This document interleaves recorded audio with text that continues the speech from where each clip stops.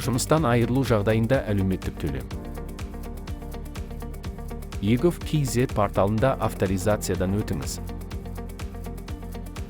Басты бетте азаматтарға жұмысқа орналастыру және жұмыспен қамтылу.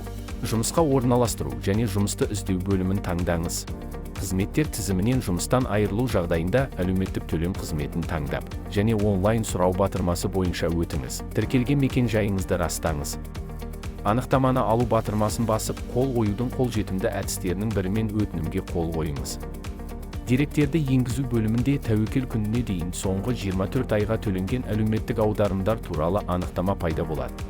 Әлеуметтік аударымдар мәліметтерін алу батырмасын басып, қол қоюдың қолжетімді әдістерінің бірімен өтінімге қол қойыңыз. Банкті және шот түрін таңдап, қол қойып тексеру батырмасын басыңыз.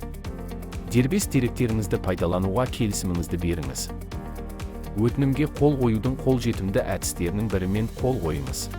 Сіз өзіңіздің жеке кабинетіңізде көрсетілген уақыт ішінде келіп түсетін өтінімді өңдеу туралы хабарламамен таныса аласыз.